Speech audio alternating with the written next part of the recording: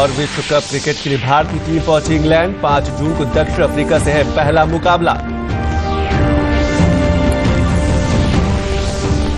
नमस्कार, मैं हूं संतोष चौधरी। खबरें विस्तार से। 19 मई की शाम से देश में एग्जिट पोल के आंकड़ों ने देश की जनता में नतीजों को लेकर एक नया उत्साह और उत्सुकता पैदा कर दी है।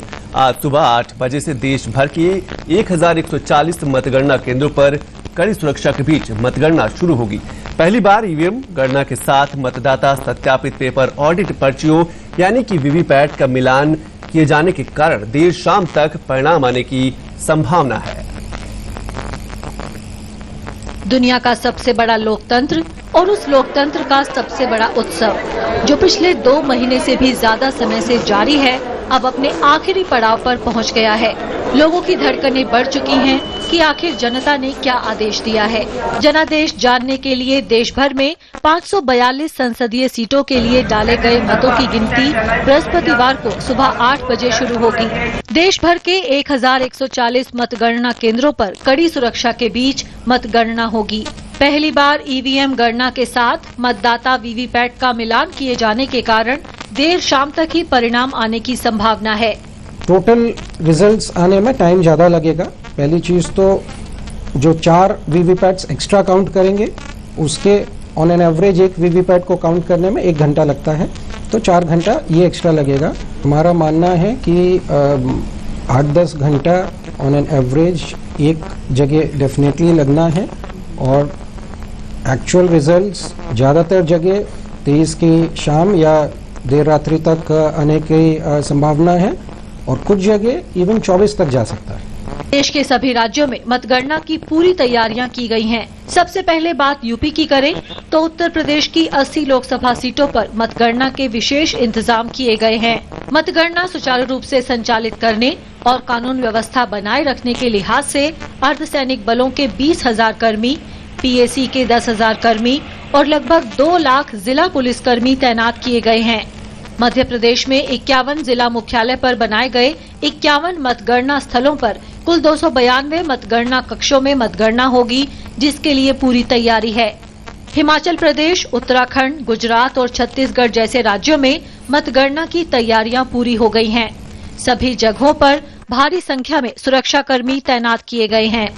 11 अप्रैल को उत्तराखंड की 78 लाख से भी ज्यादा जनता ने 52 से ज्यादा प्रत्याशियों की भाग्य का फैसला जो है वो ईवीएम मशीन में लॉक कर दिया था और 23 मई को इसके परिणाम घोषित होंगे और इसके लिए तमाम तैयारियां जो है वो जोर शोर से की गई हैं। बात राजस्थान की करें तो राज्य में 25 सीटों के लिए 25 केंद्रों पर मतगणना की पूरी तैयारी की गई है।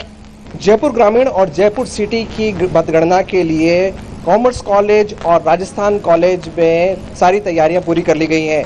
यहाँ पर 4 लेयर सिक्योरिटी लगाई गई है और सुबह 8 बजे से मतगणना का काम शुरू होगा। पहले पोस्टल बैलेट्स की गणना की जाएगी और 8:30 बजे से ईवीएम्स को खोला जाएगा।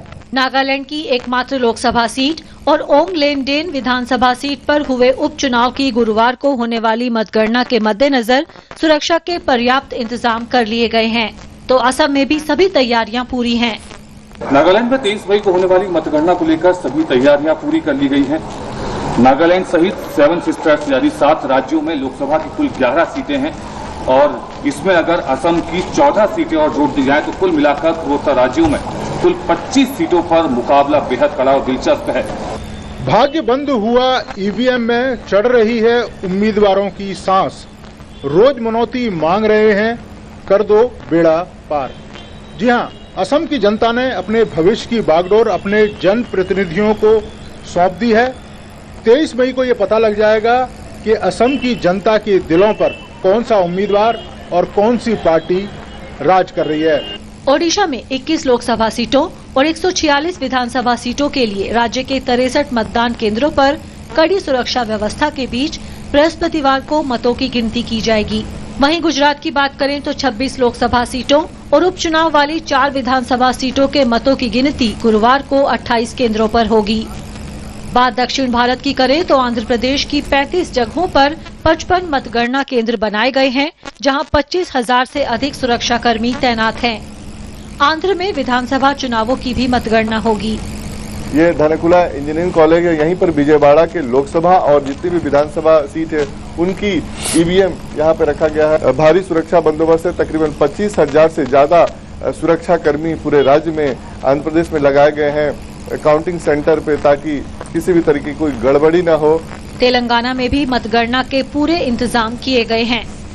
तेलंगाना में 23 तारीख को होने वाली मतगणना की तैयारी पूरी हो चुकी है। पूरे राज्य में 17 लोकसभा सीटों पर मतगणना के लिए 35 सेंटर बनाए गए हैं, जहां पर 18,500 से ज्यादा टेबल लगाई जाएंगी। हर असेंबली सेगमेंट में 14 टेबल्स लगाई गई हैं, लेकिन निजामाबाद में जहां पर प्रत्याशियों की संख्या ज्यादा थी, वहां पर 18 टेबल्स लगाई गई हैं। दक्षिण भारत के तमाम अन्य राज्यों में भी मतगणना की पूरी तैयारी है। भारी संख्या में सुरक्षा कर्मी और अधिकारी मतगणना के लिए तैयार हैं। जिसका सभी को था इंतजार, वो घड़ी आ गई। जी हां, 23 मई की घड़ी, जिसका सब बेसब्री से इंतजार कर रहे हैं और वोटों की गिनती के लिए पूरी तैयारियां कर्नाटक में भी देखी जा सकती हैं। देश की 543 लोकसभा सीटों में से 542 सीटों पर मतदान हुआ है। तमिलनाडु की वेल्लोर लोकसभा सीट पर धन बल का अत्यधिक उपयोग किए जाने के आधार पर चुनाव आयोग ने चुनाव रद्द कर दिया था। पूरे चुनाव में कुल 8,000 से अधिक प्रत्याशी चुनाव लड़ रही हैं, जिनकी किस्मत का फैसला कल होगा। 7 चरणों में हुए मतदान में 90.99 करोड़ मतदाताओं में से करीब 67.11% लोगों ने अपने मताधिकार का प्रयोग किया है। लोकसभा के साथ ही 4 राज्यों की विधानसभाओं के लिए भी गुरुवार को ही मतगणना होगी। DD news. तो पूरे देश को लोकसभा चुनाव के नतीजों का इंतजार है। मतगणना सुबह 8 बजे से शुरू हो जाएगी और उसके बाद से चुनाव के रुझान आने लगेंगे। ऐसे में जानते हैं आखिर ये मतगणना कैसे होती है और वोटों की गिनती की क्या है प्रक्रिया।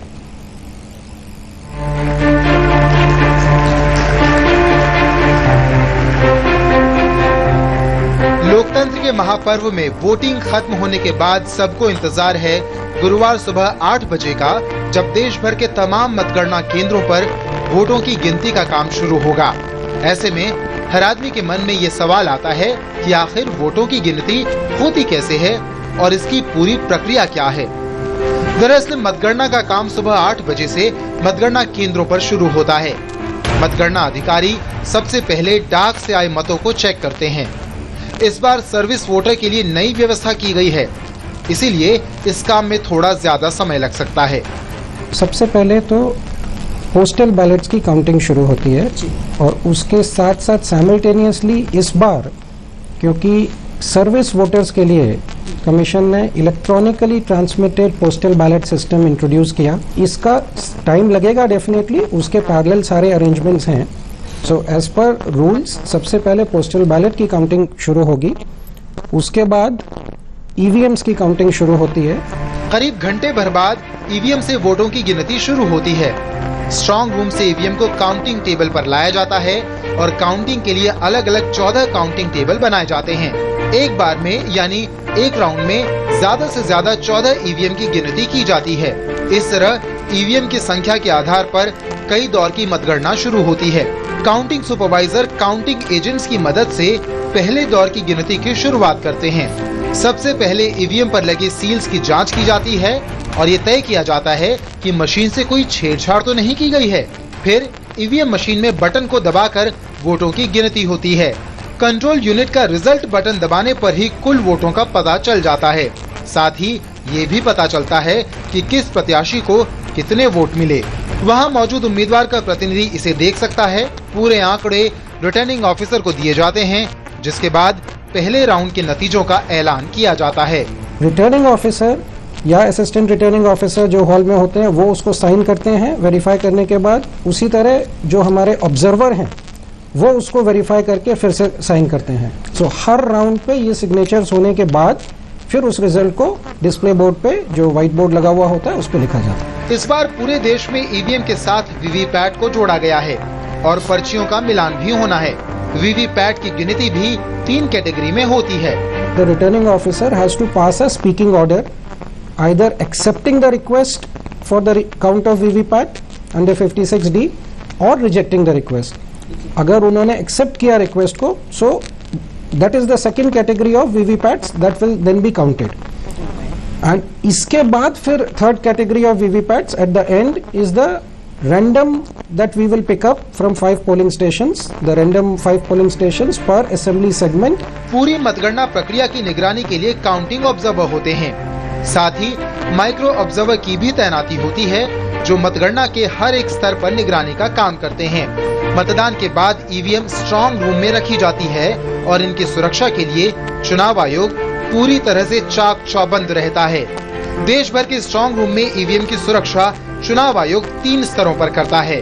There is a 3-tier security protocol which is there for counting. Counting premise के 100 मीटर तक it's a no vehicle zone. सिर्फ पेडेस्ट्रियन परमिटेड होते हैं। इसमें लोकल पुलिस का कॉर्डन होता है, आउटर कॉर्डन। उसके बाद प्रेमाइस में स्टेट आर्म पुलिस का कॉर्डन होता है। प्रेमाइस में कोई भी एंटर करेगा तो उसकी फ्रिस्किंग होती है। जो ऑथराइज्ड एजेंट्स हैं, या तो काउंटिंग एजेंट्स या पोलिंग ऑफिशियल्स या मीडिया पर्सनल, जो भी ऑथराइज्ड हैं, ये ही अंदर एंटर कर सकते हैं। उनको आई कार्ड्स इशू होते हैं। उसके बाद अंदर स्ट्रांग रूम का सीएपीएफ कंट्रोल होता है, वो गार्ड करते हैं।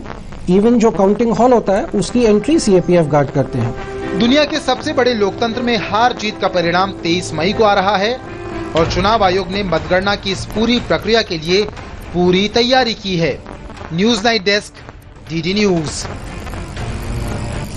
मतगणना के लिए चुनाव आयोग की तैयारियां पूरी हो चुकी हैं। मतदान की व्यापक कवरेज के बाद अब दूरदर्शन न्यूज दर्शकों तक सटीक और विश्वसनीय नतीजे पहुंचाने और उसके विश्लेषण की व्यापक तैयारी कर चुका है। टीवी और रेडियो के साथ ही सोशल मीडिया यानी कि डीडी न्यूज के ट्विटर हैंडल और यूट्यूब पर भी सबसे पहले आप तक पहुंचेंगे सटीक और विश्वसनीय नतीजे और उसका विश्लेषण। तो देश के चप्पे चप्पे से जुड़िए डीडी न्यूज के रिपोर्टरों के साथ आज सुबह 6 बजे से आखिरी परिणाम तक।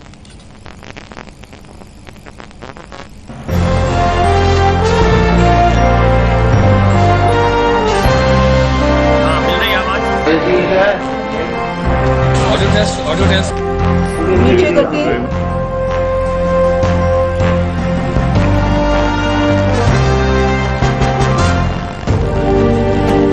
पिछले 10 मार्च को चुनाव की तारीखों की घोषणा होने के साथ ही देश में 543 लोकसभा सीटों पर चुनावी कवायद तो शुरू हुई ही, साथ ही देश के सार्वजनिक प्रसारकों ने भी अपनी कमर कस ली।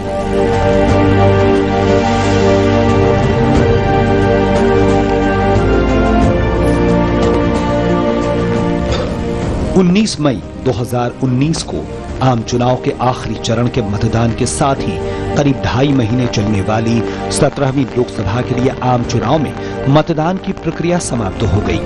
यदि 1-2 छिटपुट अप्रिय घटनाओं और कुछ ईवीएम की गड़बड़ियों को छोड़ दें तो मतदान की प्रक्रिया शांतिपूर्ण और निष्पक्ष तरीके से पूरी हो गई।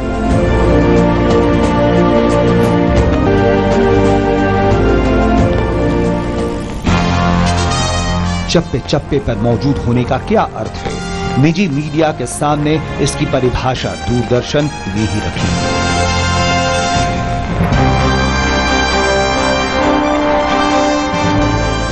दूरदर्शन ने भी नए दौर के साथ कदम ताल मिलाते हुए ये सुनिश्चित किया है कि टेलीविजन और रेडियो के अलावा यूट्यूब और फेसबुक पर भी तमाम चुनाव संबंधी सूचनाएं सीधे दर्शकों तक पहुंच सके।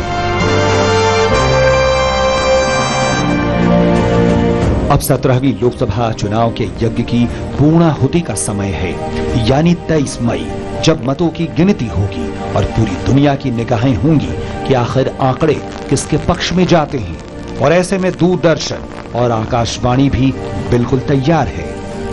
Across the length and breadth of the country, and that is what you will see on the 23rd as something very unique, which perhaps cannot be matched by any news network in India. Her counting centres पे हमारे लोग उपस्थित होंगे पूरे भारतवर्ष में। हमारे reporters जो हैं वो करीब 50 से ज्यादा जगहों पर पूरे भारतवर्ष में हैं और सुदूर जगहों पर जैसे कि north east, port Blair. Result भी जब आपका आएगा या दूरदर्शन पे आता है तब लोगों को लगता है कि कंफर्म। तो रहिए तैयार उस दिन के लिए जब देश का लोक प्रसारक आपके लिए एग्जिट पोल के अनुमानों को पीछे छोड़ सटीक विश्लेषण के साथ रखेगा सटीक आंकड़ा, जो बताएगी कि अब की बार किसकी सरकार।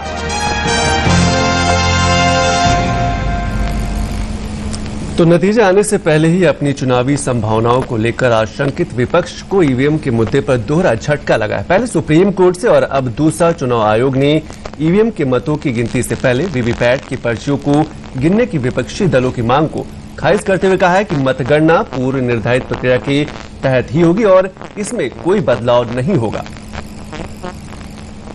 पूरा देश गुरुवार सुबह से मतगणना शुरू होने और जनादेश का इंतजार कर रहा है, तो विपक्ष है कि ईवीएम और वीवीपैट के मसले पर अटका हुआ है। मतगणना से ठीक एक दिन पहले विपक्ष को फिर से झटका लगा है।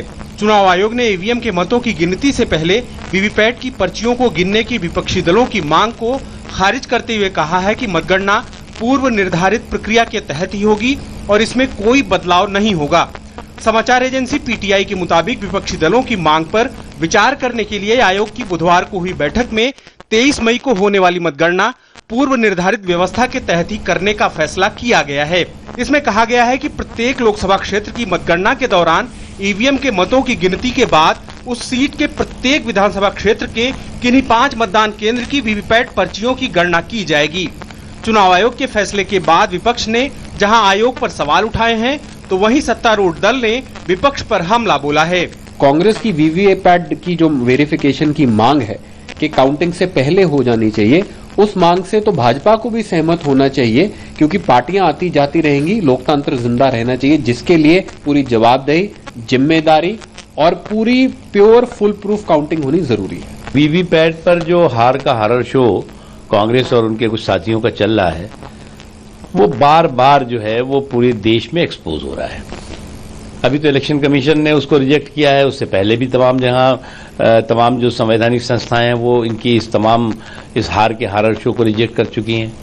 अब कल जनता भी रिजेक्ट कर देगी। गौरतलब है कि टीडीपी अध्यक्ष चंद्रबाबू नायडू की अगुवाई में कांग्रेस सहित 22 दलों के नेताओं ने मंगलवार को चुनाव आयोग से वीवीपैट की पर्चियों की गिनती ईवीएम के मतों की गिनती से पहले करने और ईवीएम तथा वीवीपैट के मतों की गिनती में अंतर पाए जाने पर पूरे विधानसभा क्षेत्र में ईवीएम मतों का वीवीपैट की पर्चियों से मिलान करने की मांग की थी।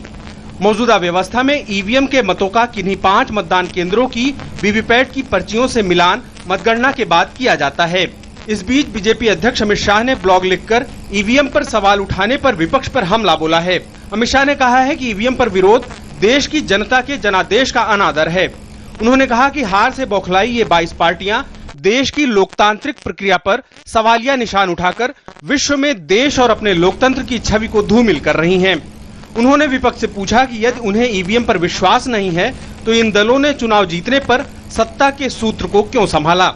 साथ ही उन्होंने पूछा कि तो क्या आप लोग सर्वोच्च न्यायालय के आदेश पर भी प्रश्न चिन्ह लगा रहे हैं।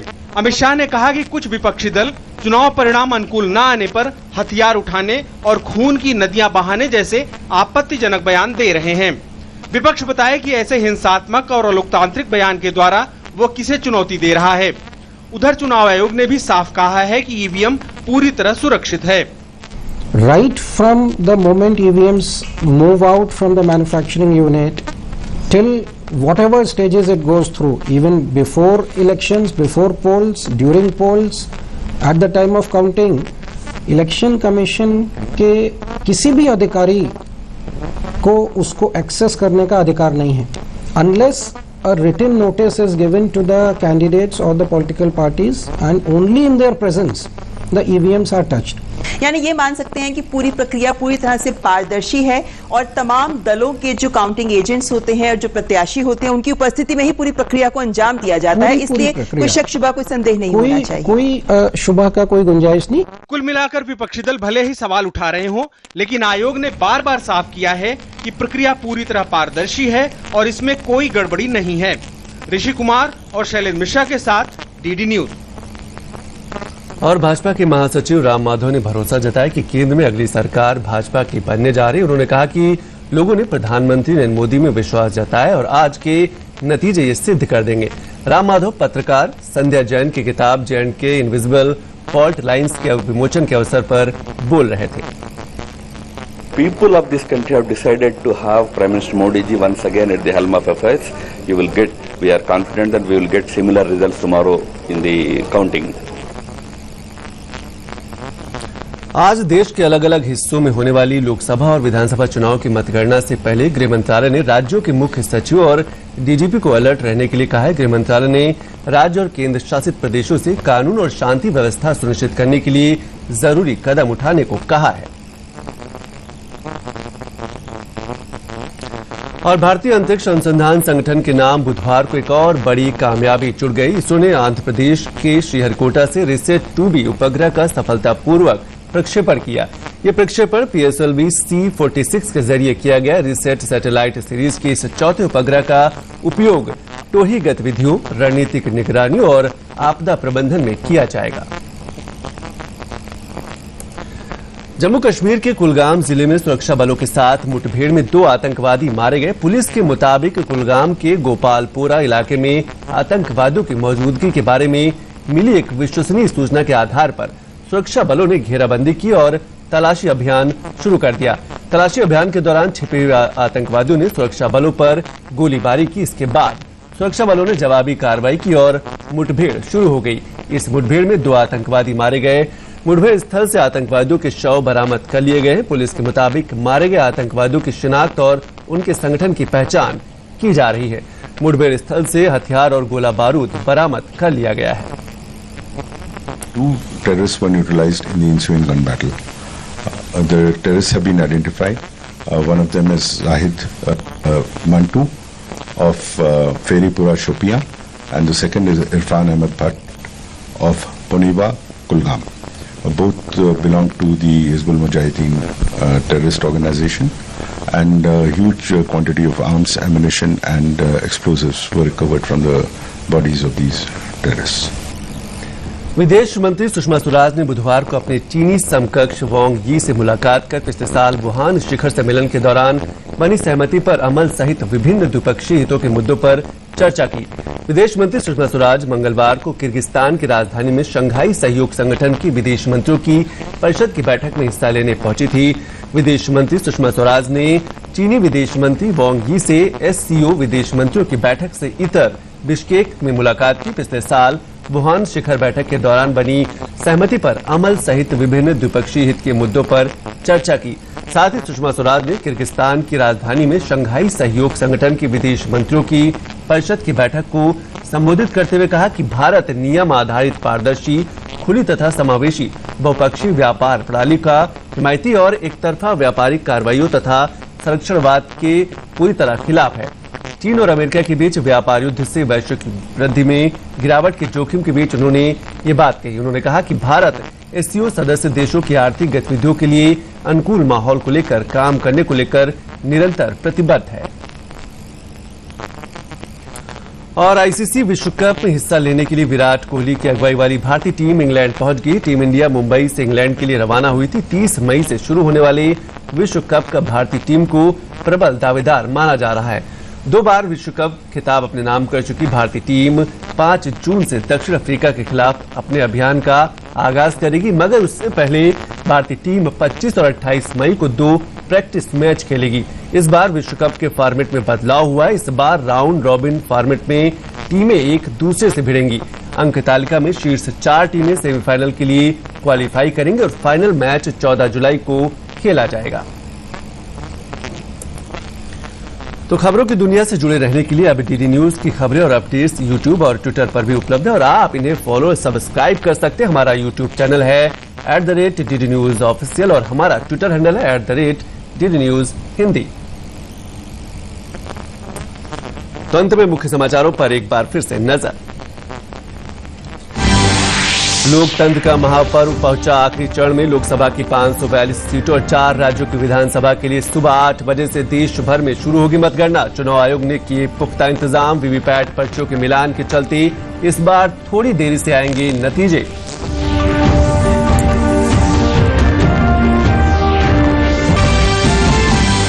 DD न्यूज ने भी किए हैं सबसे तेज और सबसे सटीक नतीजे आप तक पहुंचाने के लिए पूरे बंदोबस्त। देश भर में मौजूद 50 से ज्यादा संवाददाता देंगे पल पल की खबर। ट्विटर और YouTube पर भी सबसे पहले आप तक पहुंचाएंगे सटीक और विश्वसनीय नतीजे।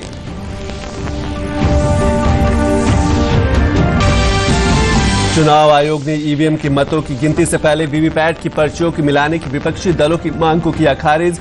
बीजेपी अध्यक्ष अमित शाह ने कहा कि हार से बौखलाई पार्टियां देश की लोकतांत्रिक प्रक्रिया पर सवाल उठाकर लोकतंत्र की छवि कर रही हैं धूमिल।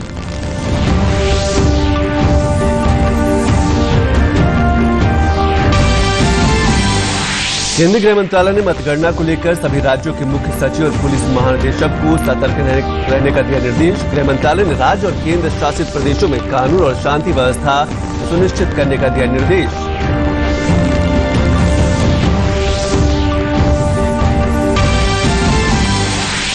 जम्मू कश्मीर में सुरक्षा बलों को मिली बड़ी कामयाबी। कुलगाम में सुरक्षा बलों के साथ मुठभेड़ में 2 आतंकवादी ढेर।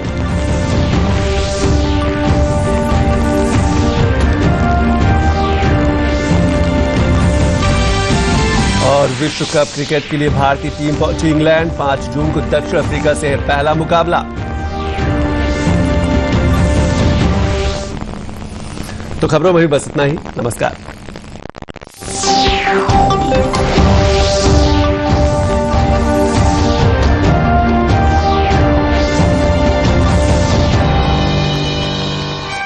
एक अभियान जिसने बदल दी देश की तस्वीर। जन आंदोलन में बदला स्वच्छता अभियान। गंदगी मुक्त भारत के लिए राष्ट्र हुआ एकजुट। देश के हर कोने से स्वच्छता की खबरों के लिए देखिए डीडी न्यूज पर विशेष कार्यक्रम स्वच्छता समाचार, सोमवार से शुक्रवार शाम 6:50 पर सिर्फ डीडी न्यूज पर।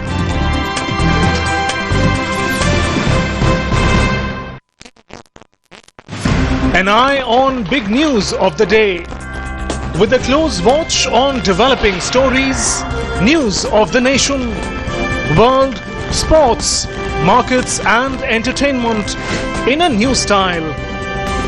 Incisive analysis of the big stories by DD News reporters and experts. Watch Midday Prime English, Monday to Friday, 2 p.m. only on DD News.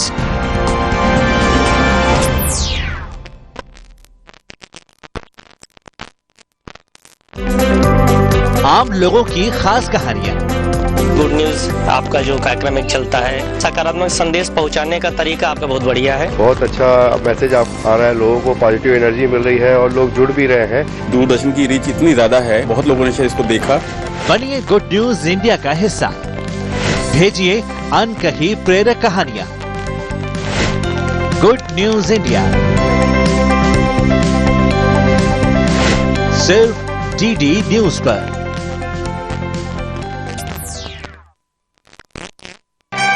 एक अभियान जिसने बदल दी देश की तस्वीर। जन आंदोलन में बदला स्वच्छता अभियान।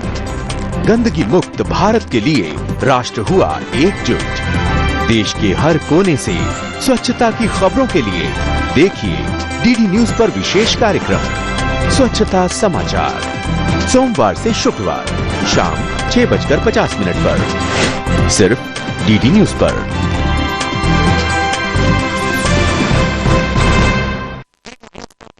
Looking for the instant, authentic, unbiased updates but don't have a TV around? Track all the breaking news on Facebook with DD News' community of nearly 2 million and growing strong. Prefer your news dosage in quick, small packets of information moving at the speed of light. Then follow us on Twitter like 2.4 million other news junkies do. Want to watch breaking news and events live? DD News' YouTube channel gets you the pictures anywhere in the world. Follow the nation's news address on Facebook, Twitter, YouTube and our website. DD News. Only news. Complete news. एक अभियान जिसने बदल दी देश की तस्वीर। जन आंदोलन में बदला स्वच्छता अभियान। गंदगी मुक्त भारत के लिए राष्ट्र हुआ एकजुट। देश के हर कोने से स्वच्छता की खबरों के लिए देखिए डीडी न्यूज पर विशेष कार्यक्रम स्वच्छता समाचार, सोमवार से शुक्रवार शाम 6:50 पर सिर्फ डीडी न्यूज पर।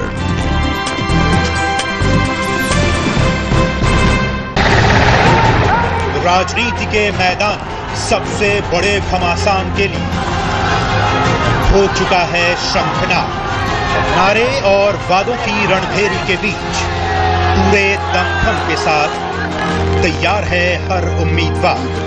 सियासी दंगल में जनमत की माटी से होगा राज तिलक।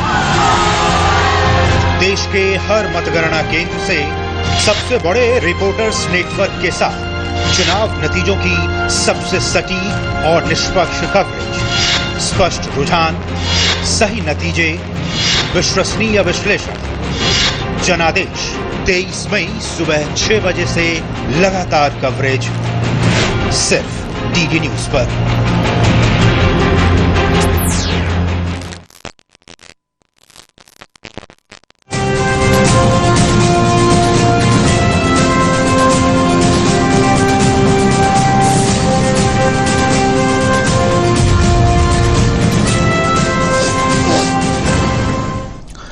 नमस्कार, किसान समाचार में आप सभी का स्वागत है। मैं हूं वसीम मिश्रा। शुरुआत करते हैं खास खबरों के साथ।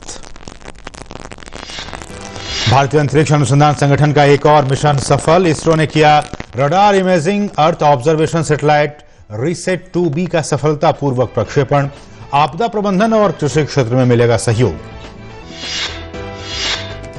मानसून के दस्तक देने से पहले बेहतर तैयारियों का आह्वान। केंद्रीय गृह सचिव ने राज्यों और केंद्र शासित प्रदेशों से किया आह्वान। राज्यों से फसल बीमा योजना के तहत किसानों का कवरेज बढ़ाने का किया अनुरोध। प्राकृतिक आपदाओं की स्थिति में किसानों को तत्काल राहत देने पर हो जोर। मौसम विभाग ने हिमाचल प्रदेश के लिए जारी की चेतावनी। मौसम विभाग ने जारी की है येलो मौसम की चेतावनी। राज्य के मैदानी, निचले और मध्यम पहाड़ी इलाकों में तेज आंधी बारिश का है अनुमान।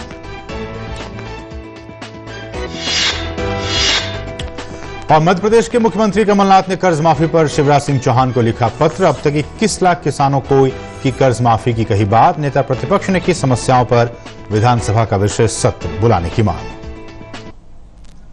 सभी खबरें विस्तार से। भारतीय अंतरिक्ष अनुसंधान संगठन के नाम आज एक और बड़ी कामयाबी जुड़ गई है। इसरो ने आज सुबह आंध्र प्रदेश के श्रीहरिकोटा से रीसेट 2B उपग्रह का सफलतापूर्वक प्रक्षेपण किया। यह प्रक्षेपण PSLV C-46 के जरिए किया गया। रीसेट सैटेलाइट सीरीज के इस चौथे उपग्रह का उपयोग टोही गतिविधियों, रणनीतिक निगरानियों और आपदा प्रबंधन में किया जाएगा। भारतीय अंतरिक्ष अनुसंधान संगठन इसरो ने आज रडार इमेजिंग पृथ्वी निगरानी उपग्रह रीसेट 2B का सफल प्रक्षेपण कर एक बार फिर इतिहास रच दिया। आंध्र प्रदेश के श्रीहरिकोटा से PSLV C-46 के जरिए रीसेट 2B उपग्रह का सफल प्रक्षेपण किया गया। ये प्रक्षेपण इसलिए भी अहम है क्योंकि आपदा जैसी गंभीर परिस्थितियों में भी इस उपग्रह के माध्यम से सही जानकारी मिल सकेगी।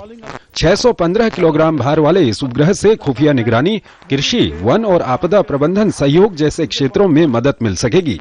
इसरो प्रमुख के सिवन ने सैटेलाइट के सफल प्रक्षेपण पर खुशी जताई। This particular mission for PSLV is a very important mission in the sense with this satellite launch PSLV has crossed a landmark of lofting 50 tons to space. In addition to the RSI-2B payload, main payload, this carries two important piggyback payload. That is, number one, indigenously developed, realized by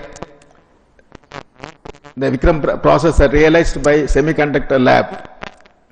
First time is flown as a piggyback mode for NGC system.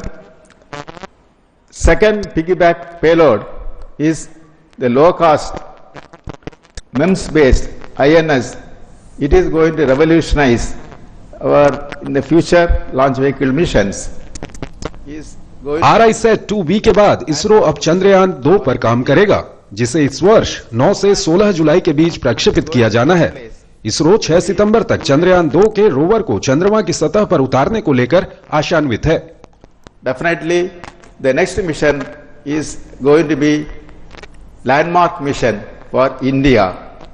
That is, Chandrayaan 2 mission is going to take place between July 9th and 16th of this year. After launching the satellite, we are expecting the landing on the moon on September 6th. This is the first mission we are going to plan. आने वाले समय में इसरो कुछ और उपग्रहों को launch करने की योजना पर काम कर रहा है। इनमें रीसेट 2BR1 और 2 अन्य रक्षा संबंधी उपग्रह शामिल हैं। इनमें से ज्यादातर उपग्रह दुश्मन देशों की गतिविधि पर नजर रख सकेंगे और तस्वीरों के माध्यम से सेना को सही जानकारी मुहैया कराने में मददगार साबित होंगे। फिलिप मैथ्यू के साथ ब्यूरो रिपोर्ट, डीडी न्यूज। और केंद्रीय गृह सचिव राजीव गाबा ने मानसून सीजन के दस्तक देने से पहले अग्रिम योजना बनाने के साथ साथ मानव, भौतिक और वित्तीय संसाधनों की तैनाती के जरिए अपनी बेहतर तैयारियां सुनिश्चित करने के लिए राज्यों और केंद्र शासित प्रदेशों का आह्वान किया है। उन्होंने दक्षिण पश्चिम मानसून के लिए तैयारियों की समीक्षा करने के लिए आयोजित राहत आयुक्तों और सचिवों के वार्षिक सम्मेलन में कहा कि केंद्रीय बलों की व्यवस्था करने के अलावा केंद्र सरकार राष्ट्रीय आपदा राहत कोष और राज्य आपदा राहत कोष के तहत हर संभव सहायता मुहैया कराएगी। उन्होंने राज्यों से प्रधानमंत्री फसल बीमा योजना के तहत किसानों की कवरेज बढ़ाने का अनुरोध किया ताकि प्राकृतिक आपदाओं की स्थिति में किसानों को तत्काल राहत दी जा सके। इस मौके पर आईएमडी के महानिदेशक डॉक्टर केजे रमेश ने कहा कि भारत में आपदा जोखिम में कमी करने के मामले में एक नया मानक स्थापित किया है। इसका सफल प्रदर्शन हाल ही में आए चक्रवाती तूफान फौनी के दौरान किया गया। उन्होंने कहा कि भारतीय मौसम विभाग विभिन्न हितधारकों के सहयोग से अत्यंत ही उन्नत पूर्व चेतावनी मौसम प्रणाली विकसित करने में जुट गया है। मौसम विभाग ने हिमाचल प्रदेश में 22 और 23 मई को तेज हवाएं चलने और गरज के साथ बारिश होने की आशंका के मद्देनजर ताजा येलो मौसम चेतावनी जारी की है। येलो मौसम चेतावनी का मतलब है कि अगले कुछ दिनों में मौसम बेहद खराब रह सकता है। शिमला मौसम विज्ञान केंद्र ने राज्य के मैदानी, निचले और मध्यम पहाड़ी इलाकों में बुधवार और गुरुवार को तेज हवाएं चलने, आंधी आने और गरज के साथ बारिश होने का अनुमान जताया है। मौसम विभाग जान माल का नुकसान पहुंचाने की आशंका वाले गंभीर या हानिकारक मौसम के मद्देनजर जनता को सतर्क करने के लिए अलग अलग रंग वाली चेतावनी जारी करता है। इस बीच राज्य में पिछले 24 घंटे के दौरान कुछ स्थानों पर बारिश भी हुई है। ओडिशा में फौनी चक्रवात के बाद हालात अब तेजी से सामान्य हो रहे हैं। प्रशासन लोगों को पूरी मदद पहुंचाने में लगा हुआ है, जिसकी वजह से कई इलाकों में अब जनजीवन काफी हद तक सामान्य हो गया है। भुवनेश्वर के ज्यादातर इलाकों में बिजली और पानी की सप्लाई शुरू हो चुकी है। पुरी में भी हालात सामान्य हो रहे हैं। यहां ज्यादा नुकसान होने के कारण ग्रामीण इलाकों में बिजली की पूरी आपूर्ति में कुछ समय और लगेगा। राहत का पहला फोकस बिजली, पानी और संचार व्यवस्था को दुरुस्त करने पर है, जबकि स्वास्थ्य और बैंकिंग सेवाओं पर भी सरकार का खासा जोर है। मध्य प्रदेश के मुख्यमंत्री कमलनाथ ने कर्ज माफी पर शिवराज सिंह चौहान को पत्र लिखा है। मुख्यमंत्री ने अपने लिखे पत्र में कहा है कि उनकी सरकार अब तक 21 लाख किसानों की कर्ज माफी कर चुका है। उन्होंने कहा कि चुनावों के कारण आप सच्चाई अस्वीकार करते रहे, लेकिन अब चुनाव समाप्त हो गए हैं। अब आपको कर्ज माफी की सच्चाई को स्वीकार कर लेना चाहिए।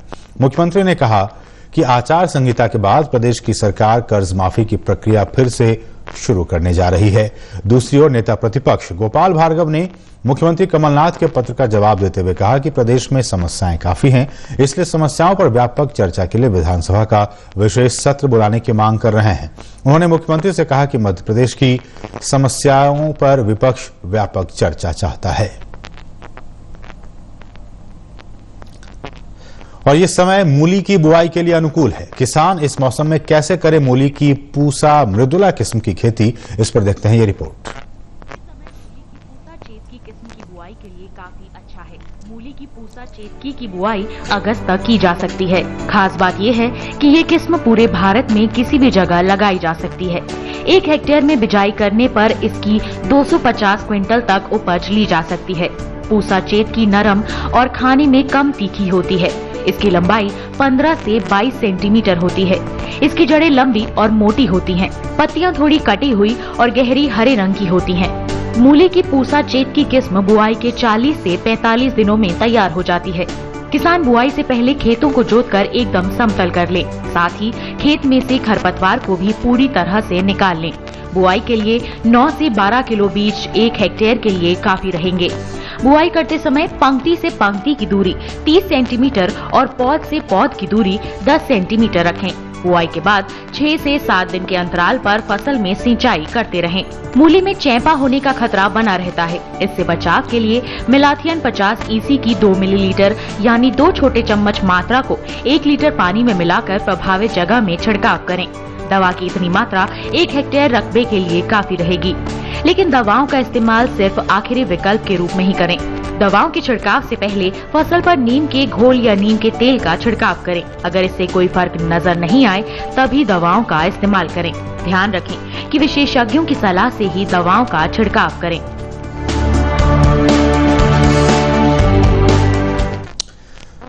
और ताजा सरकारी आंकड़ों के मुताबिक केंद्र सरकार ने विपणन वर्ष 2019-20 में किसानों से अभी तक 2 करोड़ 92 लाख टन गेहूं खरीदा है। केंद्र सरकार ने इस वर्ष गेहूं का रिकॉर्ड 10 करोड़ टन उत्पादन होने का अनुमान लगाया है। उसने 2019-20 के लिए 3.5 करोड़ टन गेहूं खरीदने का लक्ष्य रखा है। राज्य सरकार की एजेंसियों के साथ साथ सरकारी उपक्रम, भारतीय खाद्य निगम कल्याणकारी योजनाओं की मांग को पूरा करने के लिए किसानों से न्यूनतम समर्थन मूल्य यानी कि एमएसपी पर गेहूं खरीदती है। इस साल गेहूं का एमएसपी 1,840 रुपए प्रति क्विंटल तय किया गया है। आंकड़ों के मुताबिक एफसीआई और राज्य की एजेंसियों ने इस साल अब तक 2 करोड़ 92 लाख टन गेहूं की खरीद की है। चालू विपणन वर्ष में अब तक पंजाब में लगभग 1 करोड़ 21 लाख टन और हरियाणा में 90 लाख टन गेहूं खरीदा गया है। पिछले साल सरकार ने 3 करोड़ 20 लाख टन के लक्ष्य से भी अधिक खरीद की थी। पिछले साल खरीद का यह आंकड़ा 3 करोड़ 58 लाख टन था। लोकसभा चुनाव के तहत देश भर में 542 संसदीय सीटों के लिए डाले गए मतों की गिनती कल सुबह 8 बजे शुरू होगी। पहली बार ईवीएम गणना के साथ मतदाता सत्यापित पेपर ऑडिट पर्चियां यानी कि वीवीपैट का मिलान किए जाने के कारण देर शाम तक नतीजे आने की संभावना है। 542 सीटों पर 8,000 से अधिक प्रत्याशी चुनावी मैदान में हैं। 7 चरणों में हुए मतदान में 91 करोड़ मतदाताओं में से करीब 67.11% लोगों ने अपने मताधिकार का प्रयोग किया। भारतीय संसदीय चुनाव में यह सबसे अधिक मतदान है। लोकसभा चुनाव में पहली बार ईवीएम मशीनों के नतीजों का मिलान वीवीपैट से निकलने वाली जो पर्चियां उससे किया जाएगा। यह मिलान प्रति विधानसभा क्षेत्र में 5 मतदान केंद्रों में होगा। और 2 महीने से भी ज्यादा चले चुनावी अभियान के बाद अब बारी है नतीजों की। सबको इंतजार है आंकड़ों का और उसके विश्लेषण का। मतदान की व्यापक कवरेज के बाद अब डीडी न्यूज आपके लिए लेकर आया है सटीक और विश्वसनीय नतीजों और उसका विश्लेषण। 23 मई को यानी कि कल सुबह 6 बजे से आखिरी नतीजे आने तक, वो भी देश के चप्पे चप्पे से।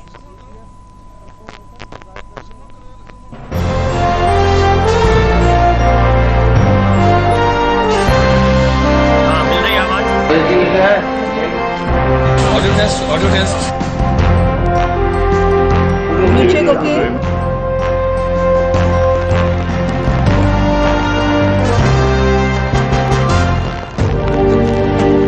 पिछले 10 मार्च को चुनाव की तारीखों की घोषणा होने के साथ ही देश में 543 लोकसभा सीटों पर चुनावी कवायद तो शुरू हुई ही, साथ ही देश के सार्वजनिक प्रसारकों ने भी अपनी कमर कस ली।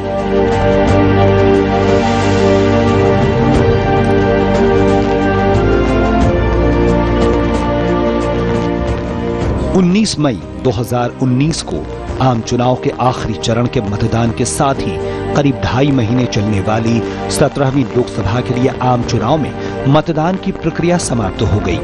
यदि 1-2 छिटपुट अप्रिय घटनाओं और कुछ ईवीएम की गड़बड़ियों को छोड़ दें तो मतदान की प्रक्रिया शांतिपूर्ण और निष्पक्ष तरीके से पूरी हो गई।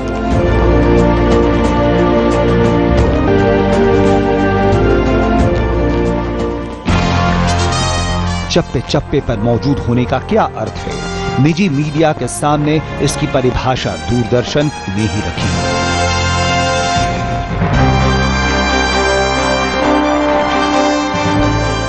दूरदर्शन ने भी नए दौर के साथ कदम ताल मिलाते हुए ये सुनिश्चित किया है कि टेलीविजन और रेडियो के अलावा यूट्यूब और फेसबुक पर भी तमाम चुनाव संबंधी सूचनाएं सीधे दर्शकों तक पहुंच सके। अब 17वीं लोकसभा चुनाव के यज्ञ की पूर्णाहुति का समय है, यानी 23 मई, जब मतों की गिनती होगी और पूरी दुनिया की निगाहें होंगी कि आखिर आंकड़े किसके पक्ष में जाते हैं। और ऐसे में दूरदर्शन और आकाशवाणी भी बिल्कुल तैयार है। across the length and breadth of the country, and that is what you will see on the 23rd as something very unique, which perhaps cannot be matched by any news network in India. Her counting centres पे हमारे लोग उपस्थित होंगे पूरे भारतवर्ष में। हमारे reporters जो हैं वो करीब 50 से ज्यादा जगहों पर पूरे भारतवर्ष में हैं और सुदूर जगहों पर जैसे कि north east, port Blair. Result भी जब आपका आएगा या दूरदर्शन पे आता है तब लोगों को लगता है कि कंफर्म। तो रहिए तैयार उस दिन के लिए जब देश का लोक प्रसारक आपके लिए एग्जिट पोल के अनुमानों को पीछे छोड़ सटीक विश्लेषण के साथ रखेगा सटीक आंकड़ा जो बताएगी कि अब की बार किसकी सरकार। और आइए अब देखते हैं देश भर की मंडियों का हाल, जानते हैं कैसा रहा देश की मंडियों में मोल भाव।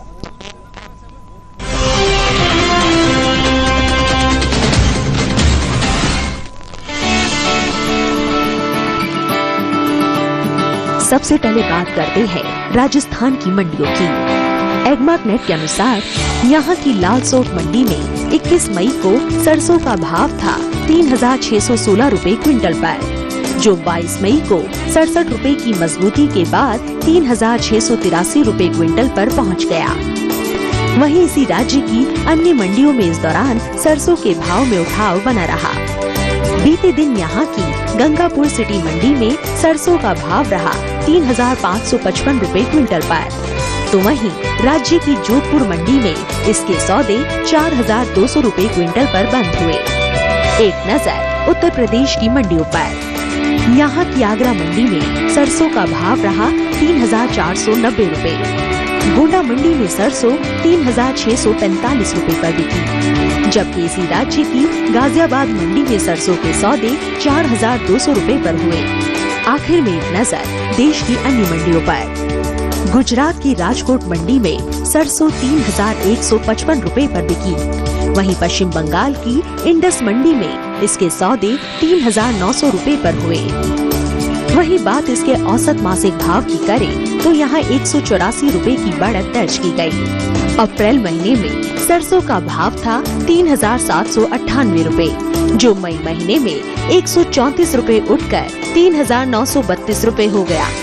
कृषि मंत्रालय द्वारा जारी दूसरे अग्रिम अनुमान के अनुसार सरसों की पैदावार फसल सीजन 2018-19 में बढ़कर 83,97,000 टन होने का अनुमान है, जबकि पिछले साल सरसों की पैदावार 75,40,000 टन की हुई थी।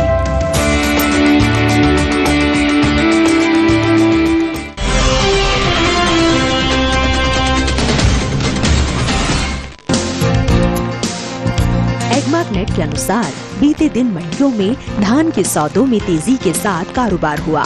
उत्तर प्रदेश की अकबरपुर मंडी में सामान्य धान के सौदे 10 रुपए की तेजी के साथ बंद हुए। यहाँ 20 मई को धान का भाव था 1,640 रुपए क्विंटल पर।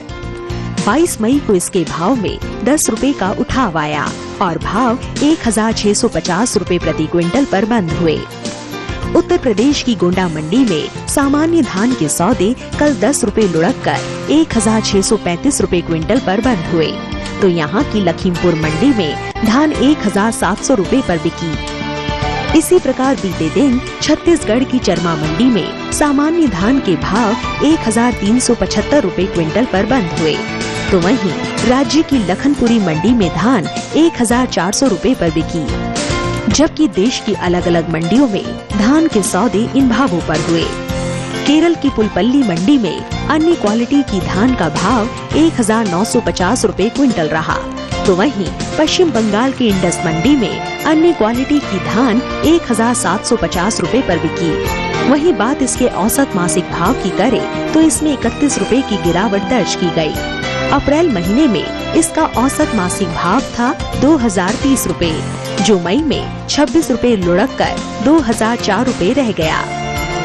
चावल निर्यात की बात करें तो पहली छमाही में निर्यात में बढ़ोतरी आई है। देश से जहां बासमती चावल के निर्यात में तेजी बनी हुई है, तो वहीं गैर बासमती चावल के निर्यात में गिरावट दर्ज की गई है। साल 2018-19 में अप्रैल से मार्च तक बासमती चावल का कुल निर्यात 44,15,085 टन का हुआ है, जो बीते साल 40,56,847 टन रहा था। वहीं बात अगर गैर बासमती चावल की करे तो इस साल देश से इसका निर्यात 75,34,205 टन रहा, जबकि बीते साल यह आंकड़ा 88,18,533 टन था। कृषि मंत्रालय के दूसरे आरंभिक अनुमान के अनुसार चालू सीजन में धान की पैदावार में बढ़त होने का अनुमान जारी किया गया है। 2017-18 के लिए जारी दूसरे अनुमान के अनुसार धान की उपज 111,01,000 टन होने का अनुमान था, जबकि 2018-19 के लिए जारी दूसरे अनुमान के अनुसार इसकी पैदावार 115,60,000 टन रह सकती है।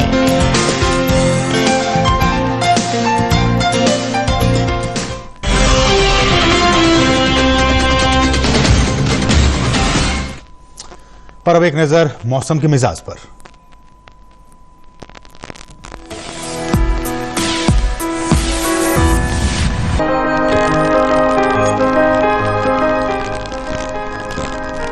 कपास की बुआई जून जुलाई में अधिक होती है, लेकिन कुछ उत्तरी राज्यों में किसानों ने इसे बोना शुरू कर दिया है। खासकर हरियाणा और पश्चिमी पंजाब के कुछ इलाकों में कपास बोई जा रही है। पंजाब के पश्चिमी हिस्सों में बीटी कॉटन और देसी कपास लगाई जा सकती है। बीटी कॉटन की हाइब्रिड किस्मों में NCG 855 BG2, RCH 650 BG2, अंकुर 3028 BG2, MRC 7017 BG2, MRC 7031 BG2 शामिल है। गैर संकर किस्मों की बात करें तो यहाँ के किसान LHH 144 किस्म का चुनाव कर सकते हैं। इसकी पत्तियां मुड़ी हुई और विषाणु रोधी होती हैं, जबकि पश्चिमी पंजाब के मैदानी इलाकों में देसी कपास की PAU 626H, LD 694 और LD 327 आदि किस्में लगाई जा सकती हैं। इसी तरह हरियाणा में भी किसान कपास बो सकते हैं। बुआई से पहले खेत को अच्छी तरह तैयार कर ले। बीज को 3 से 5 सेंटीमीटर की गहराई में बोए और कतार से कतार की दूरी करीब 30 सेंटीमीटर रखें। कम वर्षा होने पर 4 से 5 सिंचाई करें। खरपतवार नियंत्रण के लिए बुआई से पहले ही 2 लीटर फ्यूक्लोरेलीन को 750 लीटर पानी में मिलाकर छिड़काव करें। कपास में पत्ती की चित्ती और उकठा रोग का खतरा रहता है। चित्ती की रोकथाम के लिए डायथेन M45 का 0.2%, जबकि उकठा के लिए जिनाब का 0.2% का छिड़काव 15 दिन के अंतराल पर करते रहें। किसान इस बात का ध्यान रखें कि किसी भी तरह की दवा का उपयोग करने से पहले कृषि विशेषज्ञों से सलाह जरूर लें।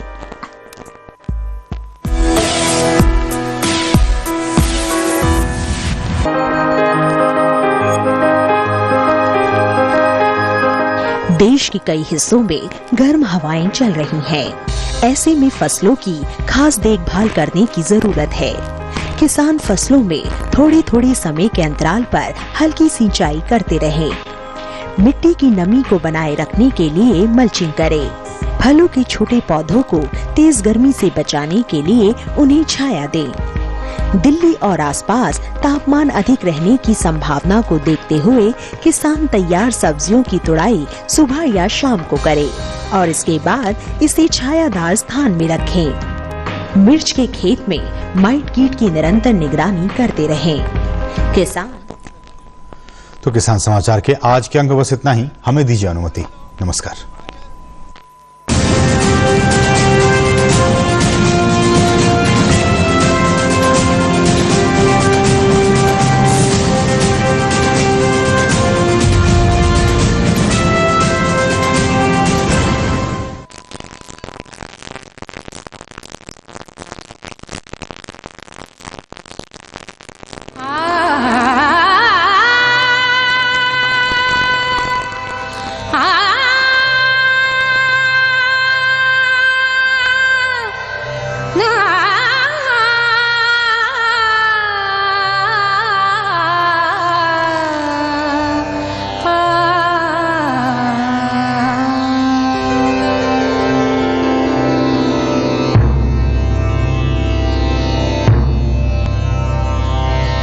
वन्दे मातरम्